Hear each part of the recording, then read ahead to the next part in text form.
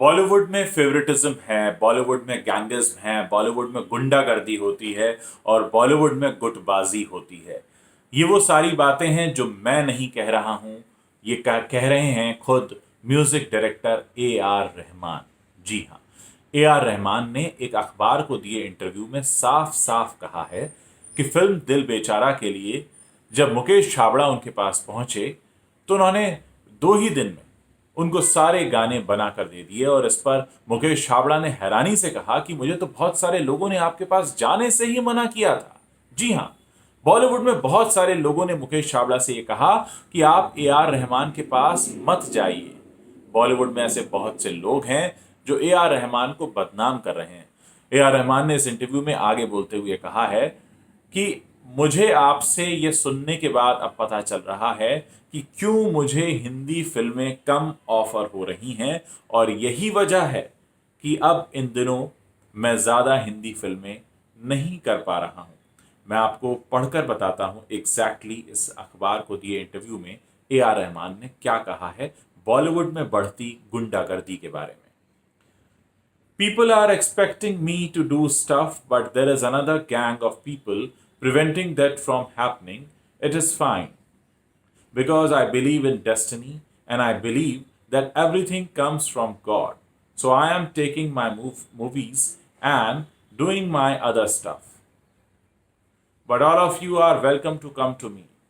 Make beautiful movies and you are welcome to come to me. यानी उन्होंने साफ तौर पर कहा है कि जो लोग मेरे साथ काम करना चाहते हैं उनसे मैं कभी मना नहीं करूंगा।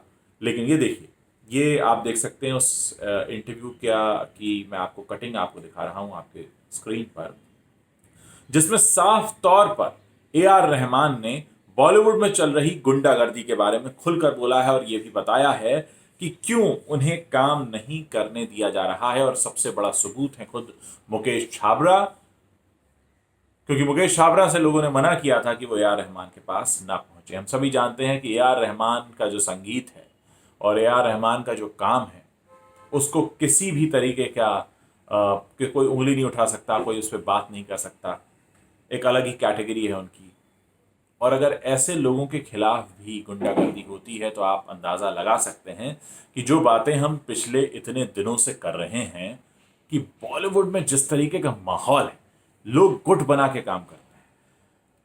जिस चीज़ का शिकार सुशांत सिंह राजपूत भी हुए कि एक गैंगिज्म किया गया, फेवरेटिज्म किया गया, गुट बनाकर आप इनको काम मत दें, मैं उनको काम नहीं दूंगा, वो मेरे गैंग में। हम सभी जानते हैं ए आर रहमान कैसे हैं। मुझे लगता नहीं कि संगीत के बारे में अगर कोई बात की जा रही हो तो सबसे पहले ए आर रहमान का नाम आएगा। और अगर एक ऐसा व्यक्ति, ए आर रहमान जैसा व्यक्ति बॉलीवुड के बारे में ये बात कर रहा है, आप सोच सकते हैं इस बात को कि कितनी ज्यादा गंदगी है।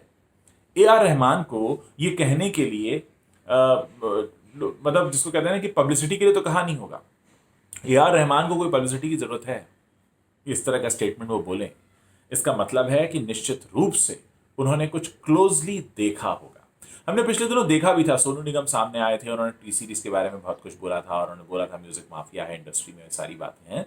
तो बहुत ध्यान से सुनने समझने की जरूरत है। और मैं अपनी फिर उसी बात पर आ रहा हूं, ये जो जोकर्स हैं इनको हवा के गुब्बारों पे मत तैराइए, आप इनकी हवा निकालिए, इनको जमीन पर लाइए, अपनी सोशल मीडिया करेंसी को सोच समझकर खर्च कीजिए। ए आर रहमान का ये स्टेटमेंट पढ़ने के बाद मैं वाकई हैरान हूं। एक बार मैं आपको फिर से स्क्रीन पर शेयर कर रहा हूं। और ये इंटरव्यू उन्होंने हाल ही में दिया है फिल्म दिल बेचारा के लिए। यानी इस तरह के जो गैंग्स हैं वो अभी भी एक्टिव हैं, और इन गैंग्स की अगर कोई हवा निकाल सकता है, इस